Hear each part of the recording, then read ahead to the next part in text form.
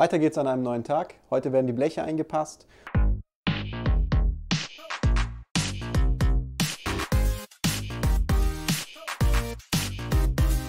So, als nächstes versuche ich herauszufinden, wie groß unser Patch sein muss, also das Blech, was wir jetzt drüber setzen. Dafür nehme ich mir, ich habe es noch nie gemacht, ehrlich gesagt, ich nehme mir dafür ein Blatt, lege es auf die Stelle auf, extra dreckige Handschuhe angezogen und dann fahre ich die Linien ab. Wenn ich dann die Linien habe von unseren Schnitten, dann wird jeweils etwas noch dazugegeben, hier so ungefähr 2 cm, hier auf der Innenseite etwas weniger, um dann den Überstand zu haben.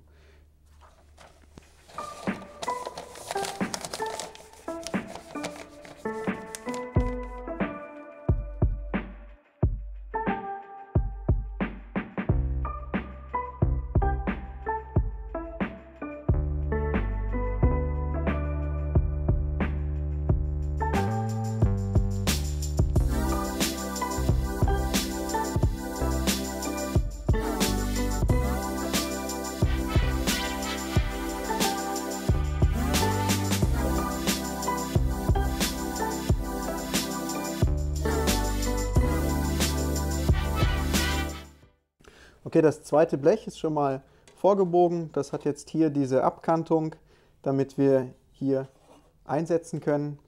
Es hat auch schon die entsprechenden Löcher mit der Stanze. Das ist so eine Kombinationszange, ihr habt es gesehen. Was ich jetzt machen muss, ist einmal das Blech fixieren, so wie ich es drüben schon gemacht habe, und formen, damit es dann hier auch genau drüber passt und ich es dann festschweißen kann.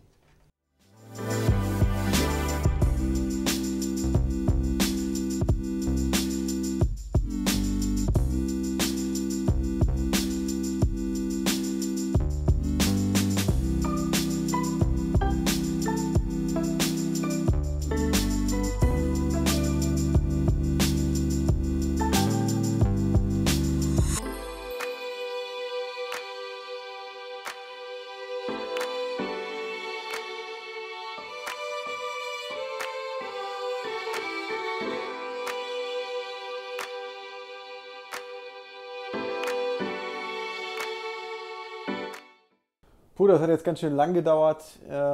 Insgesamt 1,5 Wochen, 2 Wochen eigentlich, habe ich wirklich dran gearbeitet, immer wieder abends etwas gemacht, solange es halt ging, weil ich musste viel schleifen und ziemlich viel Krach machen und das konnte ich natürlich nicht, weil wir sind hier in einem Wohngebiet. Außerdem schlafen meine Kinder nebendran im Haus und deswegen hat das alles etwas länger gedauert. Ja, und zudem hatte ich dann noch ein kleines Problem mit meinem Schweißgerät. Ich habe dieses gesamte Schlauchpaket ersetzt gehabt letztes Jahr, habe dann aber das Schweißgerät nicht mehr wirklich in Gebrauch gehabt und habe erst jetzt dann gemerkt, als ich angefangen habe zu schweißen, dass irgendwas nicht stimmt. Und was nicht gestimmt hat, war, dass dieser Druckknopf hier immer zuerst den Strom angeschaltet hat und dann verzögert und auch nur, wenn man wirklich ziemlich feste drauf gedrückt hat, das Ventil fürs Gas geöffnet hat. Ist natürlich sehr kontraproduktiv gewesen. Ich musste viele dieser Schweißpunkte wieder aufbohren bzw. Ja, ein Blech auch komplett neu machen, bis ich dann gemerkt habe, dass es an der Gaszufuhr liegt. Also Schlauchpaket nochmal repariert, den Kontaktpunkt hier verändert, sodass gleichzeitig Strom und Gas kommt. Und vielleicht ist es euch auch aufgefallen, hier ist es etwas heller in der Garage jetzt. Ich habe noch weitere 3 Lampen, Neonröhren aufgehängt. Und ich habe auch die Lampen getauscht gegen Tageslichtweiße. Da waren vorher welche von Osram drin, die waren, naja, so halb warmweiß. Jetzt sind wirklich Tageslichtlampen drin, gibt einfach schönere Bilder. Und damit wir dann von der Seite auch nochmal zusätzliches Licht haben, habe ich hier diesen kleinen LED-Strahler, beziehungsweise 2 davon. Den einen kennen wir schon, der ist flexibel einsetzbar, durch diesen Besenstiel, den ich da dran habe, in der Höhe veränderbar. Ich habe hier noch einen zweiten LED-Strahler, den kann ich auch flexibel positionieren und somit das Auto von der Seite beleuchten und habe so auch immer Licht zum Arbeiten. Und ihr natürlich dann auch zusätzlich ein schöneres und besseres Videobild. Jetzt aber mal zurück zum Auto. Ich fange mal hier hinten an. Hier haben wir einmal auf der Innenseite ein Blech verschweißt. Das ist hier im oberen Bereich. Dann hier über den Träger, der geöffnet war, nochmal ein Blech von außen und dann noch die Verstärkung von oben verlängert wieder, Das heißt, das ist jetzt fertig, um es zu schleifen. Ja, und so sieht das Ganze von innen aus. Da ist das meiste schon geschliffen. Ich habe nur noch hier unten in dem Bereich ein kleines Loch. Das hat sich durchgebrannt. Das musste ich dann wieder schließen. Da stehen jetzt hier ein paar kleine Schweißdrähte über. Ansonsten hier ebenfalls eigentlich nur noch reinigen und grundieren. Und hier vorne haben wir auch beide Bleche auf beiden Seiten ersetzt. Das ist jetzt alles zu, schon geschliffen, muss jetzt noch gereinigt werden und ebenfalls grundiert. Ja, das bedeutet, als allererstes werde ich jetzt hier hinten die Schweißpunkte, die zu hoch geworden sind, nochmal etwas glätten, also mit der Flex und der flexiblen Schrubbscheibe nochmal runternehmen und dann kann ich das reinigen. Das mache ich dann mit einem Drahtbürstenaufsatz und dann kann ich hier die Grundierung draufsetzen.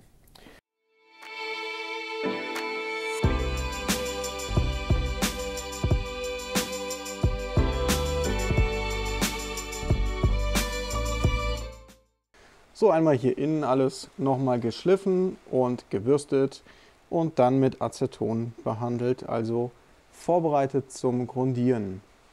Das gleiche hier außen, alles schön geschliffen, vorbereitet zum Grundieren. Auch hier vorne auf der linken Seite alles vorbereitet zum Grundieren. Und auch auf der rechten Seite sind wir fertig zum Grundieren. Aber natürlich kommt jetzt auch ein Aber, und zwar hier auf der Innenseite sehen wir die Schweißpunkte, die wir gemacht haben im Radkasten. Und hier ist sogar noch ein kleiner Schnitt zu sehen in diesem Träger. Das heißt, auch hier habe ich jetzt gereinigt. Hier müssen wir ebenfalls grundieren und diese Naht hier versiegeln. Hier ist nämlich gerade offen, da geht es zu unserem schönen neuen Blech gerade hinein. Ja, und natürlich ist das hier auf der Seite exakt das gleiche. Hier habe ich gerade schon die Batterie rausgenommen und naja, leider dann doch noch ein bisschen Rost unter dem Batterieträger gesehen. Das heißt, irgendwann ist wahrscheinlich mal die Batterie ausgelaufen und hat hier den Lack angegriffen. Muss natürlich auch angeschliffen werden, sauber gemacht werden, grundiert und lackiert werden. Viel schlimmer ist eigentlich, dass ich jetzt unten, hier ungefähr in diesem Bereich, nicht hinkomme. Da sind ebenfalls die Schweißpunkte durchgebrannt, nach innen auf das innere Blech. Und auch unser Reparaturblech ist hier an einigen Stellen sogar durchzusehen. Ist zwar Zinkblech, aber ich würde trotzdem gerne hier auch von dieser Seite alles sauber machen und grundieren. Naja, und dafür muss dann leider dann doch ziemlich viel raus. Das heißt, jetzt Kühlwasser wieder ablassen, Kühler ausbauen und das Massekabel von der Batterie geht ebenfalls da unten ran. Das muss dann auch weg. Dann können wir da unten dran.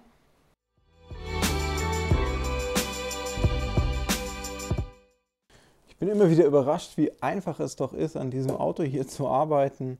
Es waren wirklich einfach nur 2 Schrauben, die 2 Schläuche vom Kühlwasser entfernen und dann konnte ich schon den ganzen Kühler entfernen. Wir haben jetzt hier freien Zugriff auf auf diesen Halter für die Batterie und den können wir jetzt anschleifen. Hier sieht man auch schön, wo unser Blech drüber gepunktet ist von der Innenseite des Radkastens und genau an diesen Stellen, wo jetzt hier der Lack verbrannt ist, da muss auch nochmal schön geschliffen werden, um dann hier auch zu grundieren. Hier unten ist auch genau diese Naht, die ich so ein bisschen im Verdacht habe, dass sie vorher schon gar nicht wirklich dicht war. Hier sieht man auch, hier ist überhaupt keine Dichtmasse drauf, eigentlich komplett überhaupt nirgends. Bedeutet, wenn das nicht wirklich plan aufliegt, kommt hier auf jeden Fall Feuchtigkeit rein und dann rostet das durch. Das heißt, das hier wird alles gereinigt, geschliffen, grundiert und dann werde ich auch relativ weit hier oben anfangen, wo ich halt noch hinkomme ganz gut. Und diese schon bestehende Naht im oberen Bereich und hier unten, wo sie auch neu auf unser neues Blech trifft, das sieht man hier an der Stelle ganz gut durch. Da werde ich das dann alles abdichten.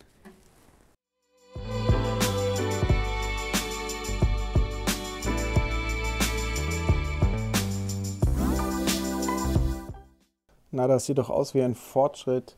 Ich habe jetzt überall, wo Rost war, Schön mit dem Bustenaufsatz alles lose entfernt. Ich werde jetzt hier nicht deutlich tiefer gehen oder hier noch mehr wegschleifen. Das wird jetzt alles behandelt über Nacht mit Rostumwandler, danach wieder mit Aceton gereinigt und dann können wir grundieren. So, ich bin froh, dass wir dann doch ziemlich viel Fortschritt machen konnten heute. Leider bin ich nicht zum Grundieren gekommen.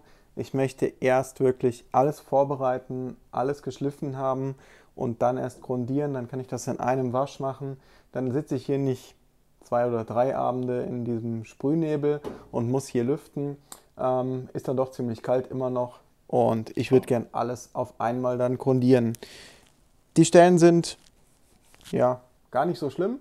Ist eigentlich wirklich nur oberflächlicher Rost und das kriegen wir schon in den Griff. Ich gehe jetzt schlafen und ich glaube, wir sehen uns einfach genau in einer Sekunde. So ist dann doch der übernächste Tag geworden. Aber der Plan für heute ist einmal den Rostumwandler runterwaschen. Das mache ich jetzt wiederum mit Aceton, damit ich da nirgendwo Wasser reinkriege. Und dann versuche ich einmal die Kotflügel abzunehmen. Die Kotflügel hatte ich ja gesehen, dass da unten drunter auch nochmal so leichter Rostansatz ist. Da muss ich einfach drunter gucken, schauen, ob da Dreck drunter ist, ob da wirklich auch eventuell an der Karosserie selbst Rost ist oder nur am Kotflügel. Keine Ahnung, ich schaue mal rein. So, und hier an der Stelle kann man jetzt ganz gut sehen, das Aceton hat ja, wie schon gesagt, überall den Lack mit runtergewaschen. Keine Ahnung, warum der Lack an dieser Stelle nicht so gut gehalten hat. Hinten im Kofferraum hatte ich ja auch sauber gemacht gehabt und da hat der Lack gehalten mit dem Aceton. Hier an der Stelle wurde er teilweise runtergewaschen, macht aber nichts, hätte ich sowieso runterschleifen müssen. Hier wie gesagt einmal den Rostumwandler, der jetzt hier überall gewirkt hat, an allen Stellen. Hier oben, jetzt sieht man es auch.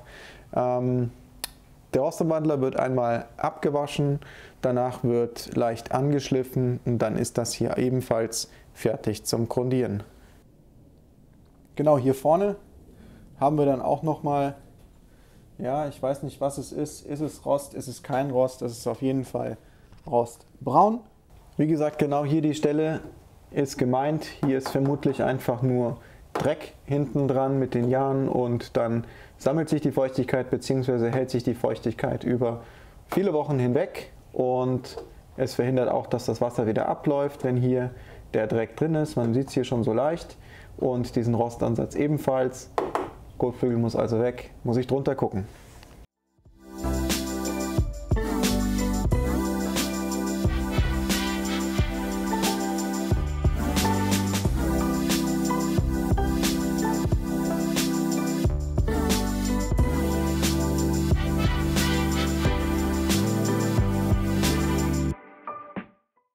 Ja, so sieht der Cuore aus ohne den seitlichen Kotflügel. Hier oben eigentlich ganz gut. Leider hier unten wirklich eine ganze Handvoll Dreck zwischen dem Schweller und dem Kotflügel gewesen. Das heißt, der Schweller hier unten, das ist nur ein bisschen oberflächlich angerostet, ist nicht schlimm. Bisschen schleifen, grundieren, lackieren.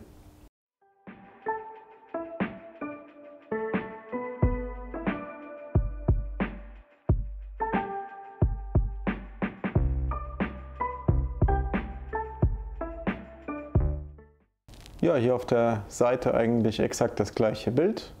Hier unten hat sich einfach dieser ganze Dreck hier gesammelt. Wie man sieht, auch immer noch so relativ fest hier. Einfach Dreck, Sand, wirklich feine Partikel, wenn man es den klein reibt. Und das Ganze hat dann einfach richtig schön die Feuchtigkeit gehalten.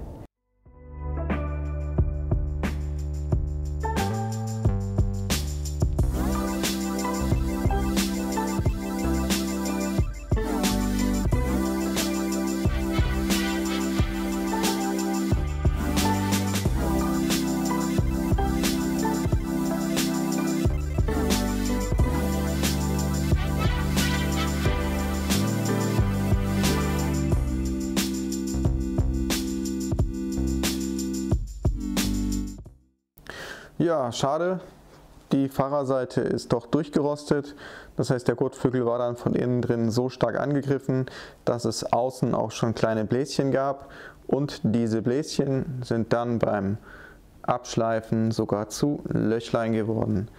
Ja, und so sieht das Ganze von innen aus. Da habe ich jetzt eigentlich schon ziemlich stark und ziemlich viel mit dem Bürstenaufsatz, den Rost und alles, was lose war, entfernt. Man sieht hier auch schön die Löchlein durch. Ja, ich so ein bisschen bewege. Und ja, keine Ahnung, was ich an der Stelle mache. Werde ich jetzt nachlesen müssen. Der Plan, den ich für heute hatte, alles vorzubereiten zum Grundieren, hat mal wieder nicht geklappt. Bin ich mittlerweile gewohnt. Der Beifahrerseitenkotflügel sieht besser aus. Da haben wir nur hier an dieser Stelle zwei nadelkleine Löchlein. Auch von der Innenseite sieht es hier wirklich besser aus als auf der Fahrerseite. Hier ist in dem unteren Bereich gar nichts, beziehungsweise im oberen Bereich. Hier haben wir überall Rostansatz, da ist das Blech aber auch wirklich noch dick genug. Und ich glaube, an der Stelle kann man auch einfach mal nur spachteln. Mit Glasfaserspachtel vorher gut behandeln, Rostumwandler drauf, grundieren und den Glasfaserspachtel drüber, dann ist das gut auf der Seite. Ja, diese kleine Wundertüte gibt mir irgendwie jeden Tag irgendeine neue Überraschung, eine neue Herausforderung und das bedeutet, ich werde jetzt wieder nachlesen bzw. Material besorgen müssen, dass ich die Kotflügel reparieren kann und dann erst kann ich weitermachen. Aber für euch kein Problem, es geht für euch ebenfalls wieder los in genau einer Sekunde. So weiter geht's am übernächsten Tag. Gestern Abend habe ich nämlich das nächste Projektauto gekauft. Am Ende des Videos gebe ich noch einen kleinen Hinweis darauf, was es ist. Ich werde es aber noch nicht verraten. Jetzt geht es weiter mit den Kotflügeln. Ich versuche die Kotflügel erstmal auszuschleifen, das heißt noch mehr wegzunehmen von dem, was verrostet ist. Wenn das Material dann zu dünn wird, dann wird auf der Innenseite ein Blech aufgepunktet und von außen verspachtelt. Wenn es nicht so dünn wird und nur kleine Löcher bleiben, dann werde ich innen und außen verspachteln mit Glasfaserspachtel und dann nochmal mit Feinspachtel drüber gehen. Natürlich, bevor ich spachtle, werde ich auf jeden Fall noch grundieren. Den Rostumwandler werde ich jetzt aber nicht so wie an den anderen Stellen mit Aceton abwaschen, sondern ich werde ihn jetzt abwaschen mit Verdünnung. Aceton hat mir dann doch zu viel vom eigentlichen Lack weggenommen. Deswegen werde ich das jetzt ab sofort anders machen.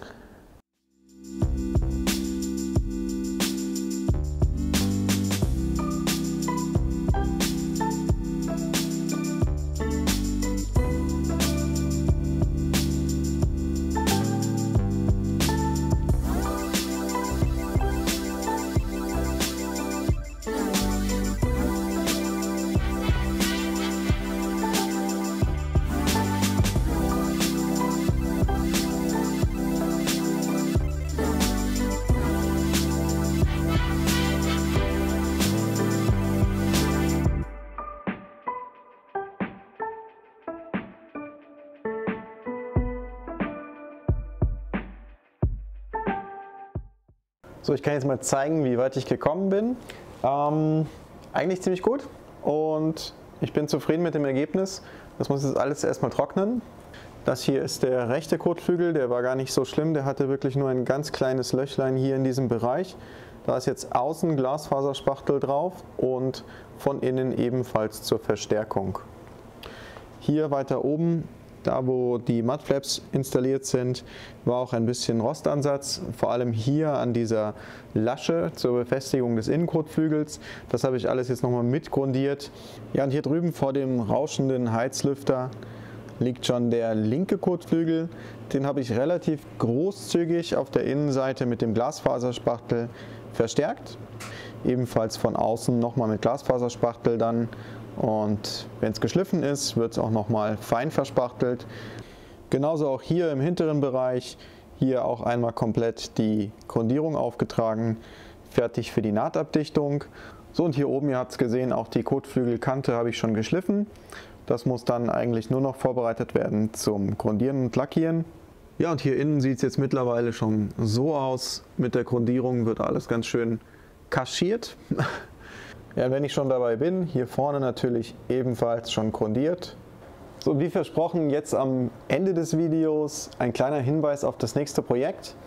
Es ist ein asiatisches Coupé und es hat eine Ladedruckanzeige, die aus kleinen LEDs besteht und horizontal verläuft. Könnt ihr es erraten? Schreibt es in die Kommentare. Ansonsten gerne auch abonnieren, dann kriegt ihr den Rest mit und vor allem auch das nächste Fahrzeug. Und ja, ich würde sagen, wir sehen uns. Bleibt motorkrank.